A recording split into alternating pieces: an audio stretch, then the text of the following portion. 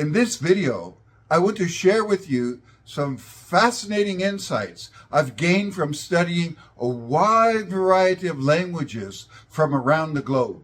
Did you know that while English depends heavily on the verb to be in sentences such as she is a teacher or he is tall, many other languages don't use such verbs at all in these kind of sentences?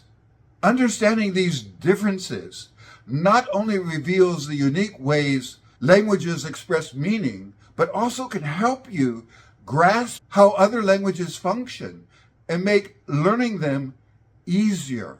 Let's get started.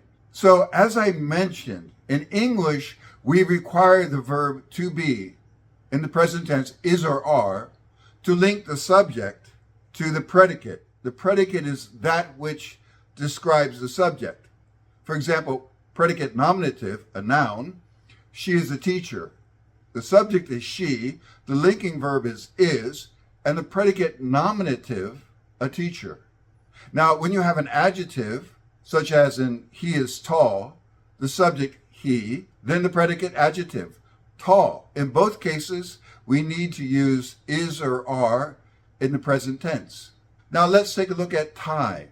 Thai omits to be for adjectives, but uses เป็น คือ for nouns.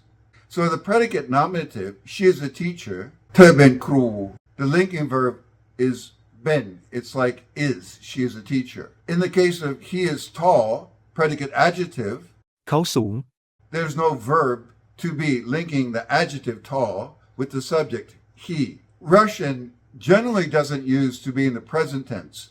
There is, for emphasis, есть. But normally, in both cases, there's no to be. She is a teacher, она учитель. No verb is needed. The noun directly follows the subject. And in the case of adjective, the same. He is tall, он высокий. Japanese uses copulas, like des. Now, des is sort of like to be, but not necessarily. So, she is a teacher, 彼女は先生です, is polite.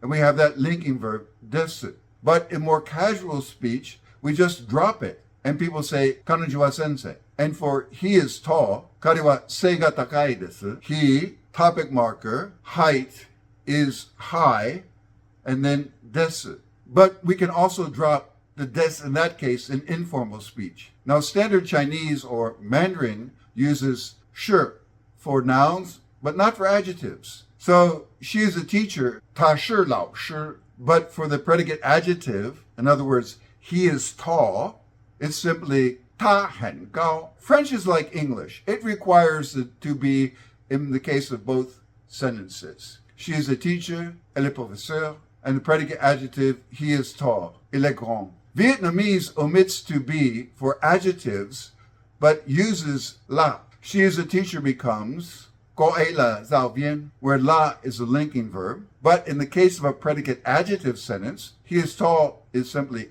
anh ấy cao, anh ấy, he, and cao, tall. The adjective directly follows the subject. So as we have seen these examples, languages approach the idea of linking a subject to its complement or predicate in remarkably different ways. While English relies on to be and sometimes similar verbs like seems or becomes, many other languages do differently. Some may omit a linking verb in both types of sentences, predicate nominative, she is a teacher, predicate adjective, he is tall, while other languages may just omit it in the case of an adjective, or like in Japanese, it's the difference between polite speech and casual informal speech. Understanding these variations not only deepens our appreciation for linguistic diversity, but also equips us with the basis to approach new languages with an open mind by recognizing there are unique patterns and we can adapt